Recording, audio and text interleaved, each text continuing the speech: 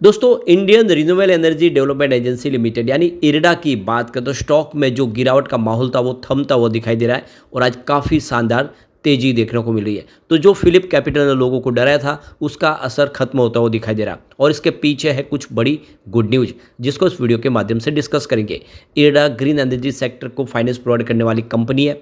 यह एकमात्र कंपनी जो 100% ग्रीन एनर्जी सेक्टर को फंड प्रोवाइड करती है और सरकार ने बहुत सारे इस समय फैसले ले लिया ग्रीन एनर्जी सेक्टर को लेकर, जिससे लग रहा है कि इरडा जैसा स्टॉक यहाँ पे रुकने वाला नहीं है। भले ही लोग कितने भी सेल के टारगेट दें, आखिर बिजनेस के दम पे, फंडामेंटल्स और रिजल्ट के दम पे ही कंपनी का कारोबार आगे बढ़ता है, तो उसके हिसाब से उसकी शेयर की प्राइस भी बढ़ती है, उसको कोई रोक नहीं सकता। तो यहाँ पे बहुत सारी संभावना है जिसको इस वीडियो के माध्यम से डिस्कस करेंगे और क्या इरडा में इस समय इन्वेस्टमेंट हमें करना चाहिए। लेकिन फ्रेंड, उससे पहले अगर आप पहली बार हमारे चैनल पे आए तो चैनल को सब्सक्राइब कर दीजिए, एक बेल आइकॉन दबा दीजिए ताकि जब भी नया वीडियो बने पहला नोटिफिकेशन आपको मिले। वीडियो पसंद आए तो लाइक से जरूर कीजिए। चलो फ्रेंड्स, वीडियो स्टार्ट करते हैं। मैं हूँ आपका दोस्त SB दवे और हमारे अपने चैनल ऑनलाइन कमाई में आपका बहुत बहुत स्वागत है। तो सबसे पहले इरडा के कारोबार की बात करें, इस समय लगभग 2:45 बजे के आसपास का टाइम है। स्टॉक की शुरुआत तो निगेटिव हुई 253 पर, क्लोजिंग कल की 257 के आसपास थी। पिछले 2 ट्रेडिंग सेशन में स्टॉक काफ़ी गिरा, 300 के ऊपर जो स्टॉक पहुंचा था वो 250 तक पहुंच गया। आज का लो इंट्राडे का 251 का, तो आप देख लो कि 250 तक का इस तरह देखने को मिला। लेकिन निचले लेवल से जो ज़बरदस्त रिकवरी आई, जो बड़े फंड हाउस की खरीदारी शुरू हुई, इसने 279 का हाई बना दिया। यानी एक ही दिन में लगभग 28 से 30 रुपये का बड़ा जंप देखने को मिला और इस समय स्टॉक 272 के आसपास ट्रेड कर रहा है, जहाँ पे 5.93% यानी लगभग 6% की तेज़ी देखने को मिल रही है। तो काफ़ी बेहतर प्रदर्शन किया। अब आप ये देख सकते हो कि स्टॉक 1 तारीख को 196 के आसपास था, यानी 200 से भी नीचे था। वो स्टॉक आप देख ही सकते हो कि 15 तारीख को 310 पार कर गया।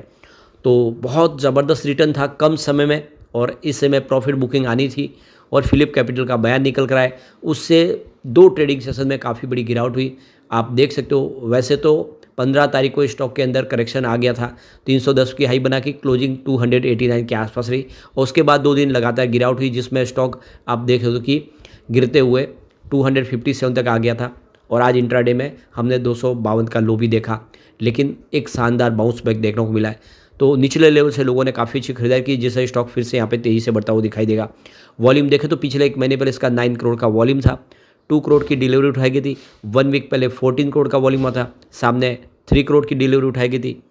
कल 11 करोड़ का वॉल्यूम हुआ था, सामने 3 करोड़ का डिलीवरी बेस काम हुआ और आज अभी बाजार शुरू 2 बजे के आसपास 10 करोड़ का वॉल्यूम हो चुका है। काफ़ी अच्छे वॉल्यूम में काम काज हो रहा है। तो देख सकते हो कि फिलिप कैपिटल ने लोगों को डरा दिया था। उन्होंने कहा कि ऊपरी प्राइस से यहाँ पे 60% की गिरावट देखने को मिल सकती है और यहाँ पे प्राइस जब 300 के आसपास थी, उन्होंने कहा कि इसका 130 का टारगेट हो सकता है और उसने लोगों को बहुत ज़्यादा डरा दिया। रिटेल इन्वेस्टर स्पेशली पैनिक कर जाते हैं ऐसे टारगेट देख के। उन्होंने बिकवाली की, जो शेयर प्राइस नीचे आई। लेकिन आपको पता होगा पिछले 2 वीडियो में मैंने लगातार बोला कि चाहे फिलिप कैपिटल जैसे ब्रोकरेज हाउस कुछ भी बोले, कंपनी के कारोबार के और फंडामेंटल के दम पे शेयर प्राइस आगे बढ़ती है और इसीलिए स्टॉक कमाल करेगा और बिल्कुल वही हुआ।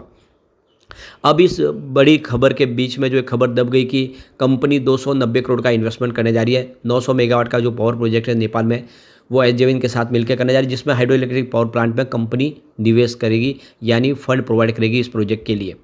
तो ये देख सकते हो कि बहुत ऐसे प्रोजेक्ट जो कंपनी इंडिया के अलावा ओवरसीज़ मार्केट में भी करेगी और इसके पीछे वजह भी है कि कंपनी को अब आप देखिए नवरत्न का दर्जा हासिल हो चुका है और नवरत्न का दर्जा हासिल होने का मतलब ये है कि अब ग्लोबल मार्केट में भी कंपनी कम कर पाएगी और बहुत सारे प्रोजेक्ट के लिए सरकार की परमिशन भी लेने की जरूरत नहीं, वो अपने हिसाब से डिसीजन ले सकते हैं और इसीलिए इरडा आने वाले समय तेज़ी से अपने कारोबार को आगे बढ़ाएगी।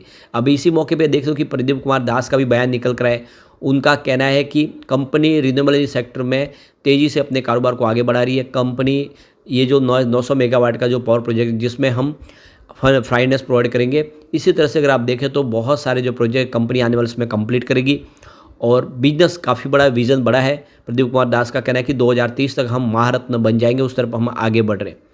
एक और जो बड़ी अपडेट निकल के आ रही है, इंडिया का बजट आ रहा है 2024 का और देख सकते हो कि जो बजट होगा उसमें हमारी फाइनेंस मिनिस्टर सीतारमण की तरफ से ग्रीन एनर्जी सेक्टर को लेकर कुछ बड़े फैसले लिए जा सकते हैं।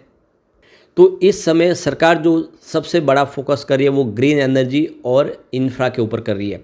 स्पेशली अगर आप देखो तो रेलवे इंफ्रा के ऊपर और डिफेंस सेक्टर के ऊपर। ये सेक्टर है जिसके लिए सरकार बहुत सारा खर्च कर रही है।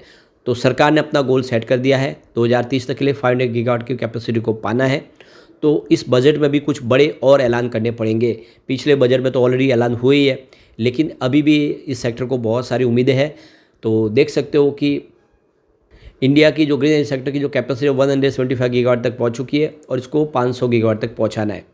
रिन्यूएबल एनर्जी की अब देखें तो इस समय 42% जो इंस्टॉल कैपेसिटी यूज हो रही है, जिसमें विंड सोलर प्रोजेक्ट शामिल है और साथ में लार्ज हाइड्रो प्रोजेक्ट भी है।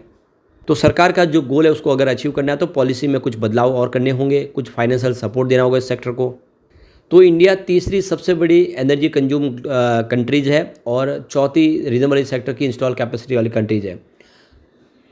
तो इस समय यूएस देख सकते हो कि टैक्स बेनिफिट दे रहा है अपने जो भी वहाँ पे कंपनियों को, और चाइना है वो काफ़ी ज़्यादा इंसेंटिव दे रहे हैं, सब्सिडीज़ दे रहे हैं।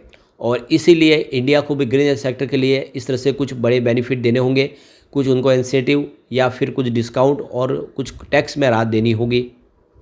सबसे जो बड़ी बात है, ग्रीन फाइनेंसिंग फैसिलिटीज़ प्रोवाइड करनी होगी, ग्रीन बॉन्ड्स के माध्यम से फंड रेज कर पाए और उसके माध्यम से आने वाले समय कारोबार को आगे बढ़ा पाए। तो देख लो कि फाइनेंशियल 2024 में 20,000 करोड़ के ग्रीन बॉन्ड्स जारी किए गए थे, जबकि 2023 में 16,000 करोड़ के ग्रीन बॉन्ड्स जारी किए गए थे। इस बार ग्रीन बॉन्ड्स और बढ़ाए जा सकते हैं। तो ऐसे में देखें तो ये जो इसका सीधा का सीधा बेनिफिट है वो इरडा को होता हुआ दिखाई देगा। ऐसे में सरकार की जो योजना आएगी उसका बेनिफिट इसको कंपनी को मिलेगा। ग्रीन एनर्जी सेक्टर की ये फाइनेंस प्रोवाइड करने वाली कंपनी, जो भी फाइनेंस मिलेगा कंपनियों को वो इरडा के माध्यम से ही मिलेगा। यहाँ पे सरकार की तरफ से पीएलआई स्कीम को लेकर भी कुछ बड़े ऐलान हो सकते हैं। तो ऐसे में हम समझ सकते हो कि इरडा आने वाले समय कुछ बड़ा कमाल कर सकता है। मेक इन इंडिया के तहत यहाँ पे इक्विपमेंट बनाने के लिए भी कुछ इंसेंटिव दिए जा सकते हैं। तो ये सारी बातें साबित कर रही है कि कुछ बड़ा होता हुआ दिखाई देगा इस बजट के दौरान।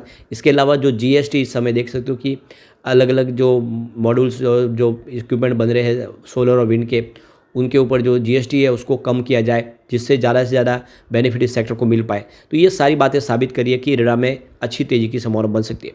और सबसे बड़ा जो यहाँ पे रीज़न है इसके अंदर बने रहने का, वो है इसका प्रॉफिट, जो बहुत ज़बरदस्त तरीके से बढ़ रहा है हर साल। 2020 में देखते हो कंपनी का जो प्रॉफिट था मात्र 214 करोड़ के आसपास था।